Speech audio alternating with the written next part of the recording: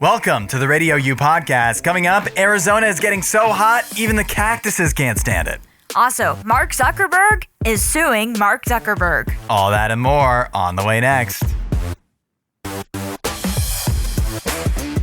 In the Chicago River, divers just found not one, not two, not three, not four, not five, not six, not seven. Please tell me what they're not finding. I was wondering when you're going to stop me. They found 97 discarded cars. Oh! On the bottom of the banks. What's the bottom of the river called? The floor? Beats me. Yeah, maybe should have thought about that. The bed? The bed. The river bed, yes. They found 97 vehicles between Cicero Avenue and Diversity Parkway in the Chicago River. Diversity Parkway makes me laugh a little. 97 cars. Why were divers down there? They were trying to solve, or at least find a vehicle that would help them solve a cold case that dates back to 1970. Wow. When two people went missing, Edward and Stefania Andrews. Like in 1970, they went missing. So they were looking for what I guess would have been their car. Yeah.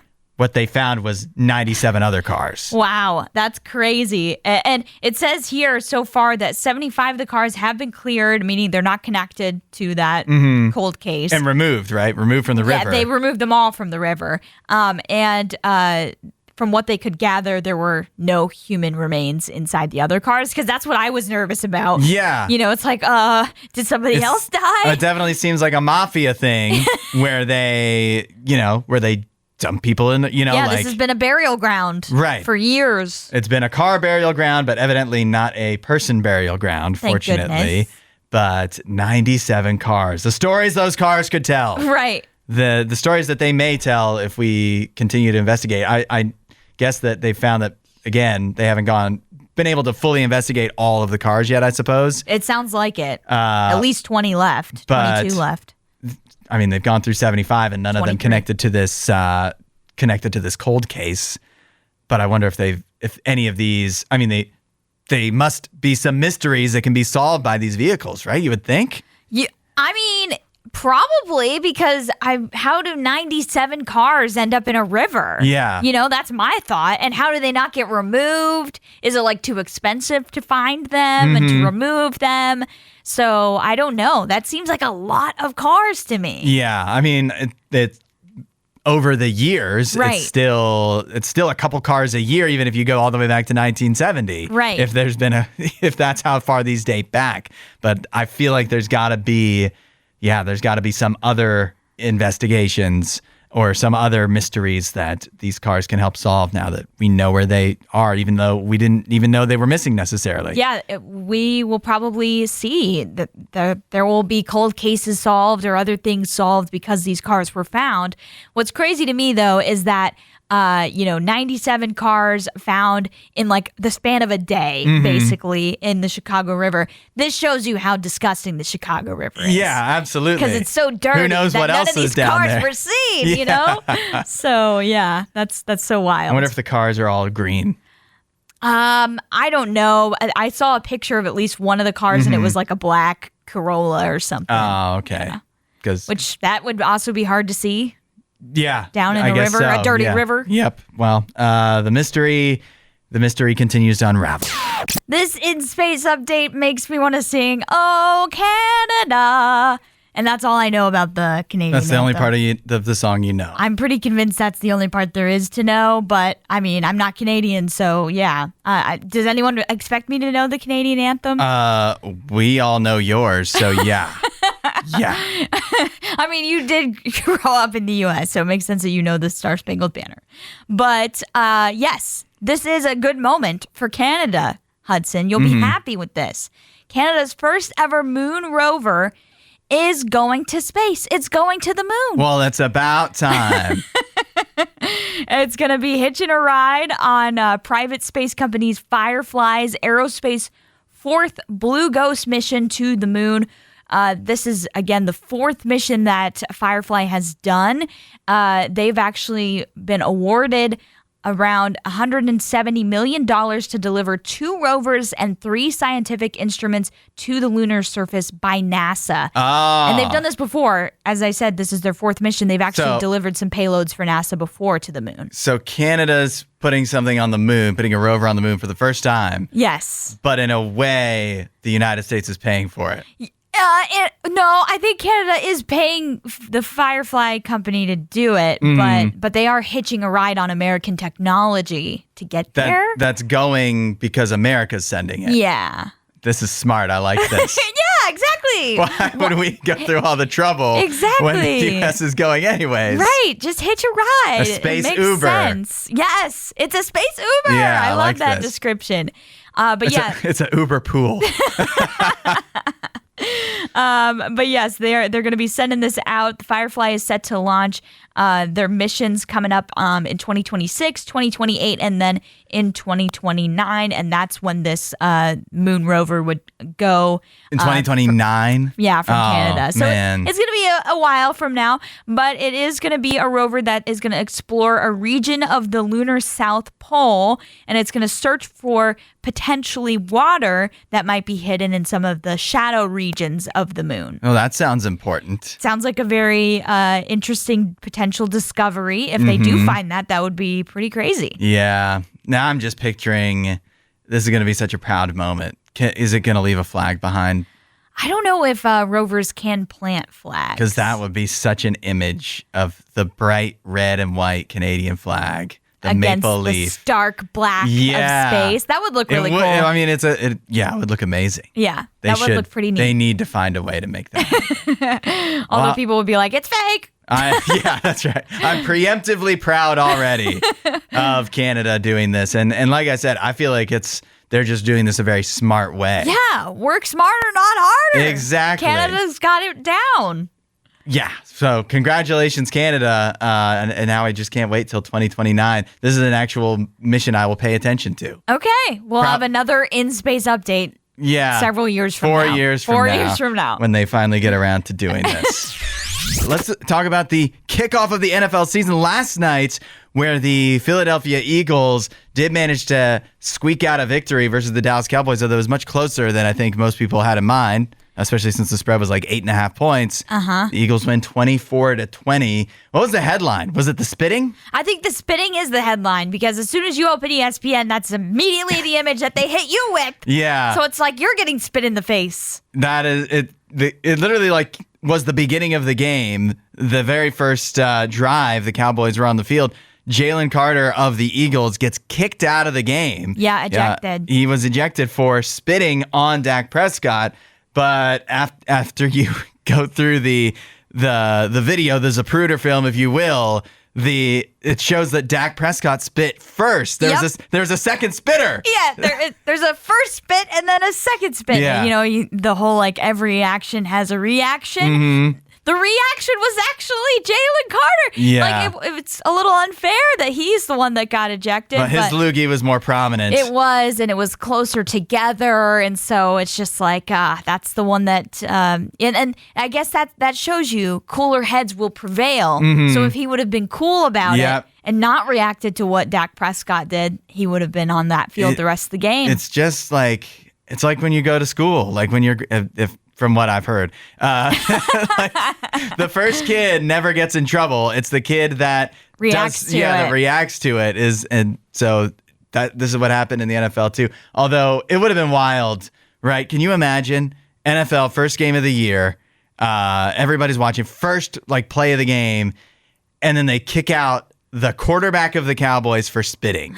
No way. It is kind of crazy. I mean, I don't think you should be spitting on other people in the NFL or otherwise, but to kick somebody out of the game, that feels pretty extreme as well. Yeah, it does, but I think it sets up a decent precedence for football in general. We want good sportsmanship, and this is just not it. So don't spit at people. Yeah. Don't spit on people. They don't even let players celebrate in fun ways, so forget about spitting. Well, the NFL is a lot better at letting people celebrate compared to college football. That's true. College football has gotten better over the past few years, but I remember in college football, it'd be like the most innocent celebration ever, and they would call a foul on it. So it's at least a little better in the NFL. But yeah, this was a surprising end to this game, a surprising score. I have Saquon Barkley on one of my fantasy football teams. Not that great of a performance from him. Not terrible, but not great. And I think a lot of people also a little disappointed with some of CeeDee Lamb's work with dropping passes. Yeah, he had still a ended really up bad one near the end of the game. He still ended up with over 100 yards. So if your fantasy football team had him, he's still not doing terrible. But just looking at the stats from the game, it was a game that was more defensive than offensive. Yeah, and that is something, like I said this about college with the first week, and the same thing for the NFL. Be patient. The way these teams looked, although the offenses looked surprisingly good in the first half, just surprising because there was so much scoring. Yeah, at the beginning. And you expect them to be a little rusty, like Jalen Hurts and Dak Prescott didn't even play in the preseason. But eventually, the defense is kind of caught up, and there was a weather delay, which I think played a part in this as well. And so after scoring 41 points in the first half, they only scored 3 combined in the second half. The Eagles hang on for the win, 24-20. But I think if you're a Cowboys fan, maybe this gives you a little hope. I would say so. I'm excited to talk to Nene. Yesterday, I was talking to him. He was going to a restaurant to watch this game with some friends last night. And he told me, he was like, well, I only wear Cowboys jerseys the following day if they lose. And so as I was leaving, I was like, well, I guess I'll see you in a Cowboys jersey tomorrow. I guess so. So we'll see. We'll see what he looks like today. Yeah, but you know what, though? Now that you mentioned it, he was really optimistic. He was telling me, I think he said 31-24 Cowboys. Yes. He was still adamant that they were going to win this game. If you expect they're going to win and then they still lose, I guess you can't be that excited. Yeah. We've had enough bad airline news for a while. And so it's finally good to have something positive to announce. 8772 RadioU. That is Southwest Airlines is adding free Wi-Fi to all of their flights starting next month. For the foreseeable future. Yeah. Oh, for wow. free. You go on a flight and you'll actually be able to have Wi-Fi without paying for it. That's awesome, and I feel like this should be made as an industry standard. Yeah, it should just be expected. In this day and age, 2025, and you're supposed to go sometime like hours and hours without having phone service. Especially during the football season. Imagine traveling during your team playing a game and you can't access the internet. That would be torture for me. Have you ever been on a flight that, or have you ever paid for Wi-Fi on a flight? I have not. Yeah, me neither. I've had instances where the flight has been delayed. And so then like they try to appease people by turning on the Wi-Fi for free. That happened once or twice. So that's kind of nice. Yeah. But I've never paid for Wi-Fi on a flight. Because also, I don't have long flights usually. But I'm glad that it seems ridiculous that we would have to pay for it. And so, and finally, Southwest is the first carrier the first airline that I know of that's just offering it for free as a standard. It'll begin on October 24th. You do need to be a Rapid Rewards member with Southwest. Okay. But that's free to sign up for as well. Okay. So there's no barrier to entry for this. It is completely, you do not have to pay anything except the ticket for the flight. Yeah. Starting October 24th. Yeah. Again, this should be industry standard. Hopefully this convinces all of the other airlines to do this too. Yeah. Yeah. And I'm happy to have some good news. Who knows the possibilities that this opens up? Yes. If we continue to get smaller and smaller aisles and smaller space between our legs and the seat back in front of us, then we should at least have free Wi-Fi. Yeah, I think it's the least they can do, actually. It's compensation. And as they keep charging extra fees for like bringing this is the bad news. They're just offering free Wi-Fi, but there's now a phone fee on your ticket. If you want to bring your phone on the plane, what? They're charging a fee. Really? No. Oh, I was like, that's crazy. But someone from Southwest is listening, and they're like, that's a pretty good idea, actually. Yeah, why'd you have to put that out there? A phone fee, a shoes fee. You're not allowed on the plane without shoes, but there is a shoes fee that we are going to start adding on as well. Oh, man. But you're not wrong. Some of the fees are as ridiculous as that sounds. Yeah, but at least they're offering free Wi-Fi. Yes. October 24th. Starting on Southwest Airlines. There's a new dating strategy theory that is going viral. I'm curious your thoughts on it. 8772 RadioU. It's called the date them till you hate them theory. Oh, no. And it sounds really extreme and controversial, but I actually think I'm not sure if I sign off on this, but I think there's a lot of nuance to it. Okay. I think that there's some parts of it that make sense to me. This was a theory coined by a creator named Meg Neal, who says she got out of a 4-year relationship and actually says that like she's doing okay afterwards. And the way that she did it was she dated him until she hated him. And that's the simple explanation, but the more in-depth explanation is, I guess, instead of when somebody does like has behaviors that you're dating them, they have behaviors that annoy you, they treat you a way you don't like, you can confront them and, you know, chalk it out and whatever. Maybe you say you're going to break up, but if you do it that way, what might happen is you might wind up like not having closure with it. And so not actually being truly over them for a long time. Whereas if you stay in the relationship and just suffer through that for a while until you actually truly hate them, then you're not going to feel any regret when it's over. Oh, okay. So planning for the breakup.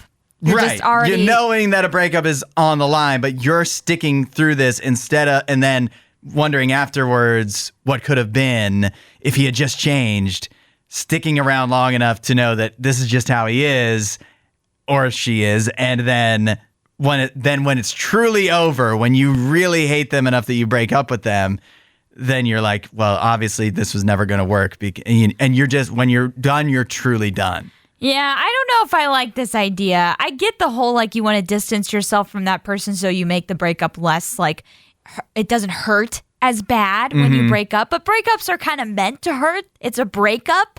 Anytime you break something, it's never a good feeling. And so I don't like the idea of, because she literally says, she's like, you're going to watch them disrespect you until you no longer want to associate with them anymore. She's like, the things that once gutted you, like his shrugging indifference and annoying sounds of him breathing, they become what set you free. So I guess tolerate it until you can't anymore. I don't like that idea of just putting up with something because you're like, well, I'm just going to do it until I no longer can stand this person and then I'm going to break up with them. Why would you put yourself through that? I feel like you're just, you're either going to struggle with breaking up with them with the what ifs or you're going to struggle until you hate them.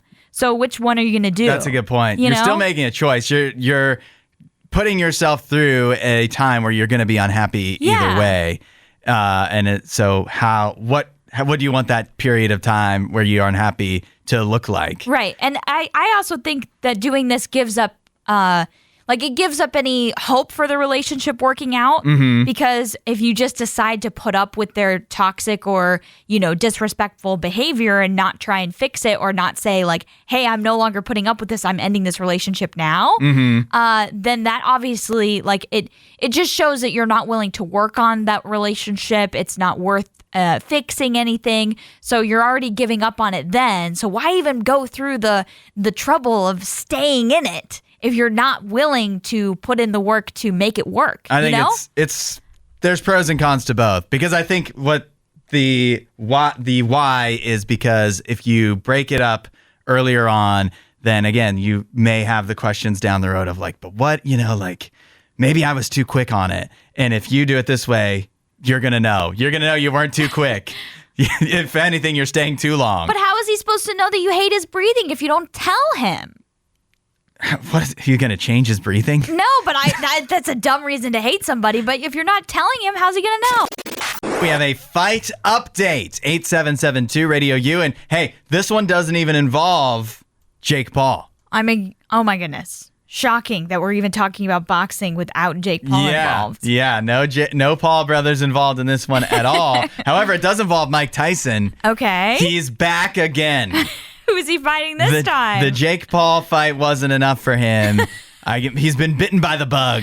Oh. He just can't give it up. Yeah. Mike Tyson is back. It's been announced that he will be fighting Floyd Mayweather, another relic of the past when it comes to boxing. Another person who's also fought Jake Paul.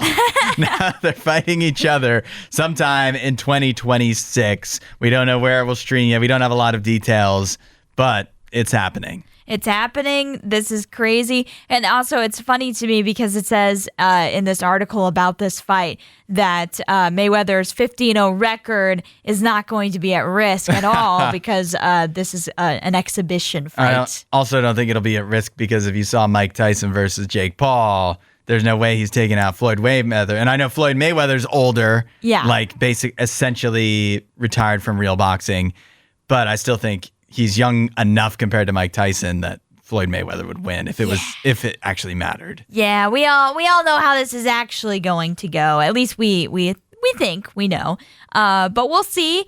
I feel like if Mike Tyson somehow does pull off a win over Floyd Mayweather, then we would have even more evidence to believe that, yes, Jake Paul does rig his fights. Yeah, I guess that's a good point. It's funny that Allegedly. It's funny that this is kind of exciting in a way. Like, people, I think, will pay attention to this. Okay. Even though it's not actually even a real fight.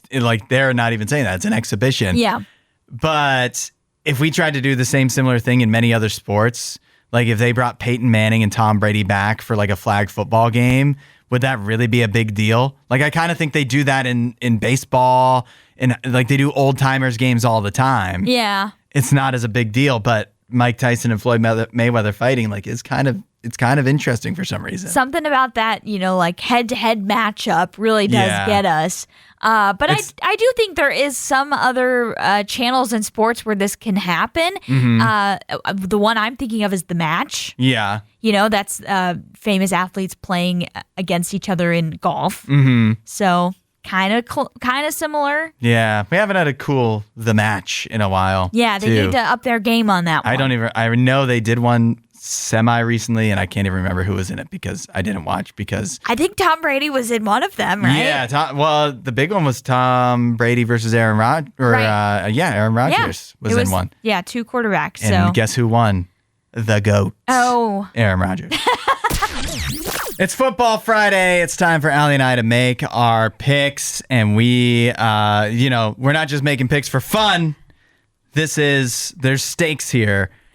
Whoever gets more picks wrong does have to get punished on Monday morning. Yes. And the punishment, Allie, you devised. The punishment for this week that will happen on Monday, gets sparsed out on Monday, is the loser has to sing Gaston from Beauty and the Beast. But what did your cousin say about this idea? Oh, she mentioned this when we did our first punishment, which was accents, and you lost and you did your French accent on Tuesday.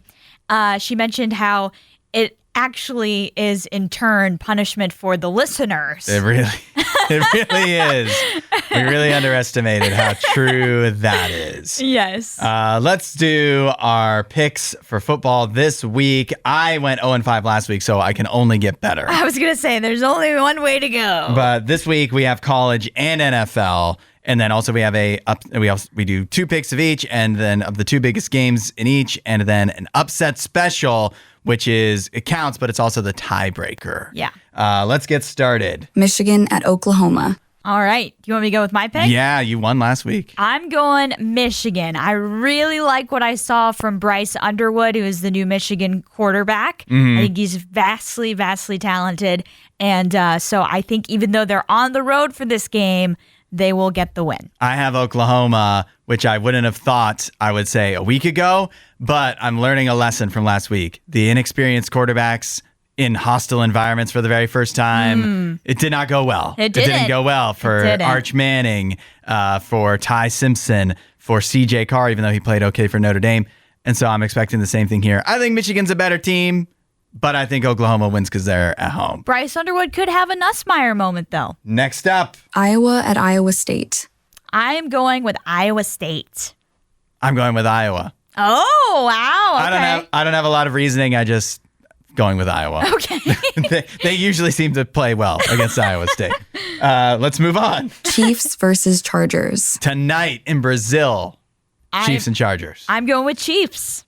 We agree. I'm going with Chiefs. It's the Chiefs. What other reason do you need? I think it will be. Mahomes. I think it will be close to the end, but the Chargers defense not going to be able to handle Patrick Mahomes and co. All right. Agreement. We can move on. Ravens at Bills. I'm going Bills in a close one just because they're at home. I'm going to go with the Ravens. I think they want revenge after last year where they lost to the Bills. Their season ended, of course, in the playoffs. I saw that Sean McDermott and the Bills, Josh Allen, they tend to not do very good in their first game of the season, despite obviously being very good as long as Josh Allen has been there. So that's just, I don't know. Now, at least we have something we disagree on. Now, the important one. Upset special. I am going for a crazy upset here because this team is 0-1. Okay. But I believe in them. I believe that they might be able to compete for the Big 12 this year. A lot of people thought that they would, at least. So I'm going huge upset here. Baylor over SMU. Oh, I like that. I thought about that. Yeah. But yeah, Baylor had a tough. They did not look as good as I was hoping in the first game against Auburn. Tough first outing, but I think that they can bounce back with a big win over SMU to get back into the top 25. I like that pick. I'd actually considered that. I'm gonna go with Kentucky over Ole Miss. Oh, and I do have some good reasoning for this. This is also an application of inexperienced quarterback going on the road in a hostile environment for the first time. You're really leaning into that. Yeah, and Ole Miss and Kentucky, they played last year. Everybody, you might remember this. Kentucky won. It was a big surprise because Ole Miss, I think, was undefeated at the time. Yeah. That was a huge surprise.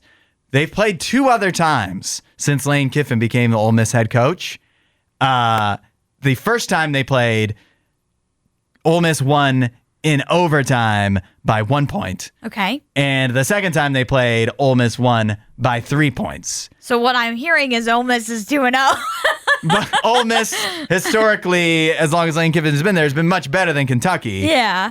And yet Kentucky always plays them very, very close. So you think they'll finally get it done this year? Well, they won last year. So they did? Okay, yeah. I didn't remember that. So Ole Miss might have revenge on the mind, but they're also going on the road into a hostile environment. They lost at home last year. Oh. And you've got a quarterback who's only made 1 start, and it was against whichever directional school, some school named after cheese or whatever. Yeah. So give me Kentucky. Okay. Yeah. I feel good. Our interesting upset picks. I feel like our upset picks are always rather interesting, but these feel less wild than week 1. Yeah. I think we had better choices this week. All right. Good luck. We'll see who wins coming up on Monday. Mark Zuckerberg is suing Mark Zuckerberg. You heard that right. And it's really actually kind of happening. Mark Zuckerberg is suing Meta. The CEO is Mark Zuckerberg, but this is a different Mark Zuckerberg that's doing the suing, of course. Yes. The reason that Mark Zuckerberg is suing another Mark Zuckerberg and Meta is funny, though, as well. Mark Zuckerberg is suing Meta because Meta and Facebook keep taking down his pages on Facebook. They will not let him have a page on Facebook. Right. They keep taking down his page, and he's an attorney. He's a bankruptcy lawyer, apparently. Mm-hmm. And basically, they keep shutting down his Facebook profiles and business profiles because they say that he's impersonating a celebrity. Mm-hmm. And so he's suing them because he's not. He truly is Mark Zuckerberg. Yeah. It's... this would be one thing, of course, if he was just an individual that just wanted to have a Facebook page. Yeah. Because 1, you'd just be like, first of all, why at this point? But 2, you don't have a right to a Facebook page, really. Like, they can reject anybody they want for whatever reason they want. It's their own company. But because he has a company, he needs, this is an avenue that he's not able to gain business from for a reason that is it's false. illegitimate. Yeah, it's false reasoning, and that's why he filed this this lawsuit, or that's why he's suing, is because he's like, the reason that they're shutting these down is not true. It's just not the truth. Yeah. I'm not impersonating a celebrity. Here's my proof. This is who I am. This is my legal name. I didn't change my name to be Mark Zuckerberg. Yeah. I don't think anyone would do that. And he's older than Mark Zuckerberg. Yeah. So he had the name first. It's literally a why should I change? He's the one who sucks situation. Yeah. He's suing for negligence and breach of contract. I guess if you sign up for Facebook, there's somewhere in the terms and conditions, there's something in there that says you should be able to just use it, and in their own terms and conditions that they seem to be violating, I guess. Well, he's in his saying view. like they're basically, the breach of contract is that the reason that they are giving him for taking down his account doesn't make any sense. Like it's a false pretext. It's false that he's a celebrity or faking to be a celebrity. Yeah. So it's insane that it has to go through the courts, that he has to even file this lawsuit, when you would think that just some lackey at Facebook, you'd get them on customer service and they just be able to like preserve your page somehow. maybe, but also this guy is an attorney.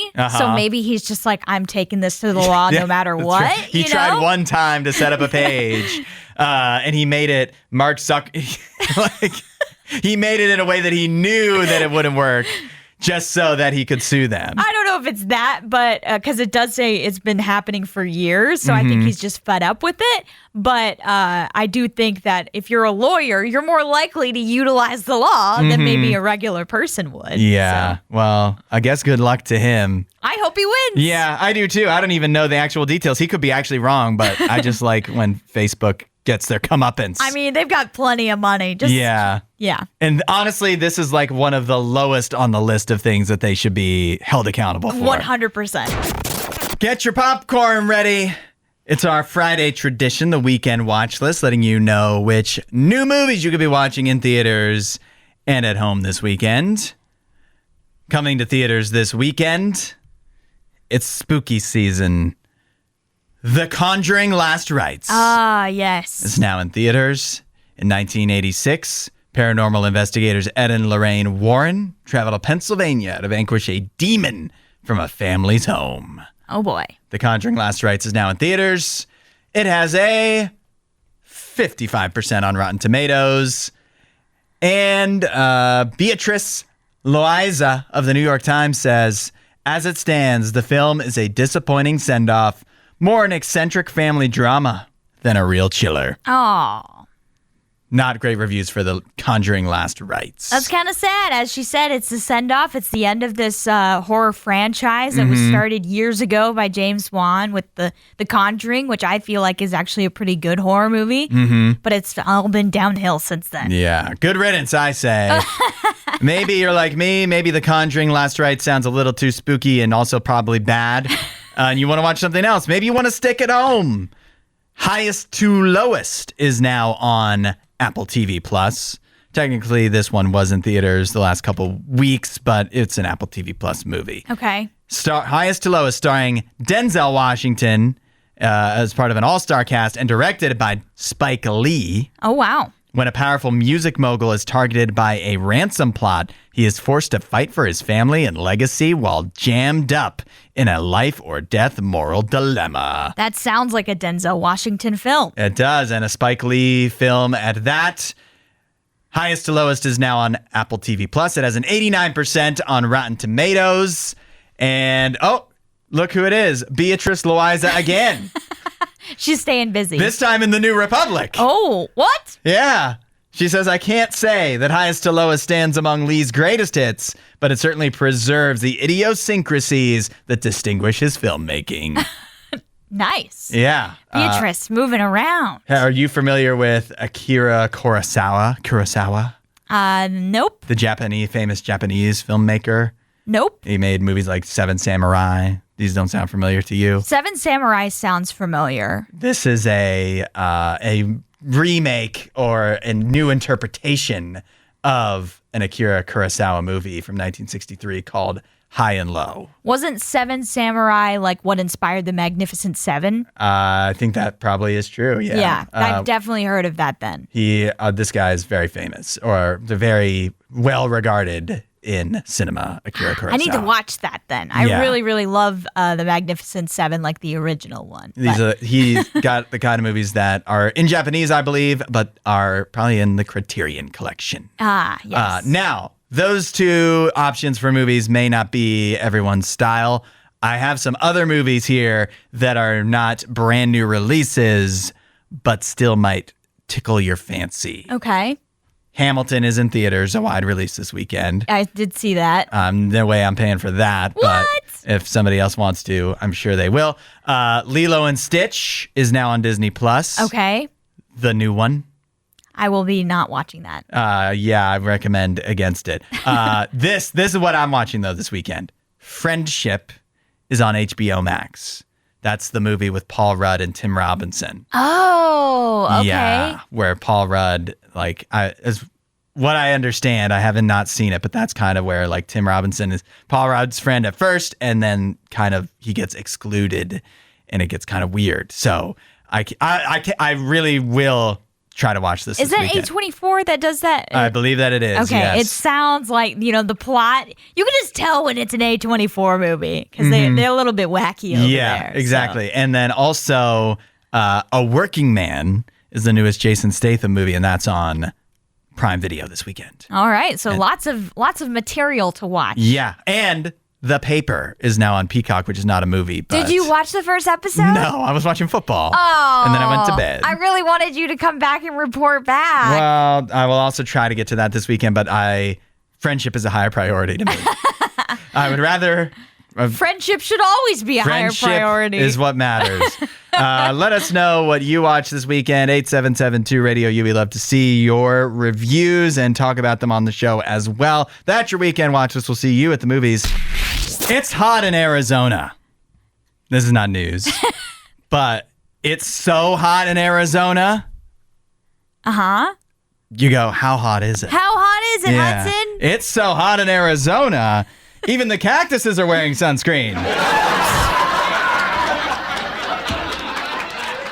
It really is hot in Arizona, though. It's so hot, and this is no laughing matter. It's so hot that it's killing snakes. Oh, no. You wouldn't think snakes could die from heat. Yeah, you would think they'd be okay out there in the desert if they've lived there their whole life. That's where they live. But apparently, it's gotten so hot in Arizona in recent years that people that study snakes, like I have a guy here named Mike Cardwell. He has been studying rattlesnakes in the desert of Arizona for 25 years. And he says, beginning in 2023, so the last couple of years, he has started finding, for the first time ever, snakes dead sheltering underground from the heat. Wow. Where it's gotten so hot in their burrows underground where they usually would escape the hot temperatures during the day.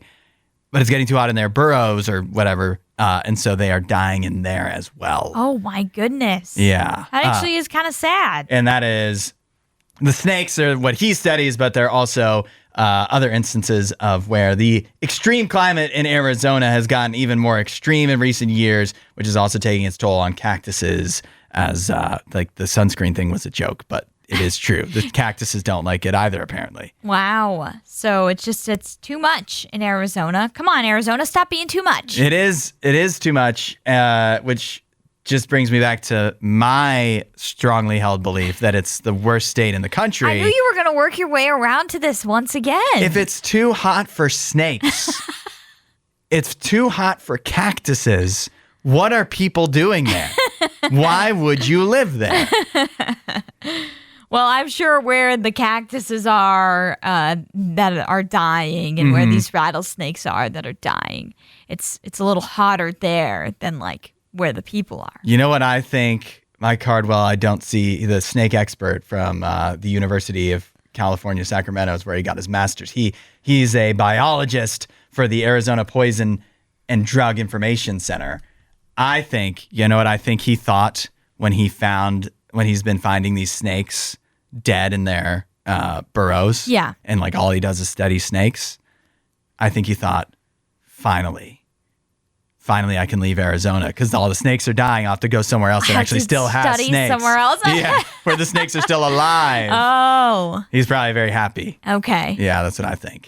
Yeah. Have we actually asked him? No. Okay. I don't think the news report thought to ask him that. But that's the kind. If we interviewed him, that's the kind of thing I would ask. I know you would. Aren't you excited to now be able to leave Arizona and move over to New Mexico where they still have snakes alive? I'm assuming. Thanks for listening to the RadioU podcast. Don't forget to rate and review the show.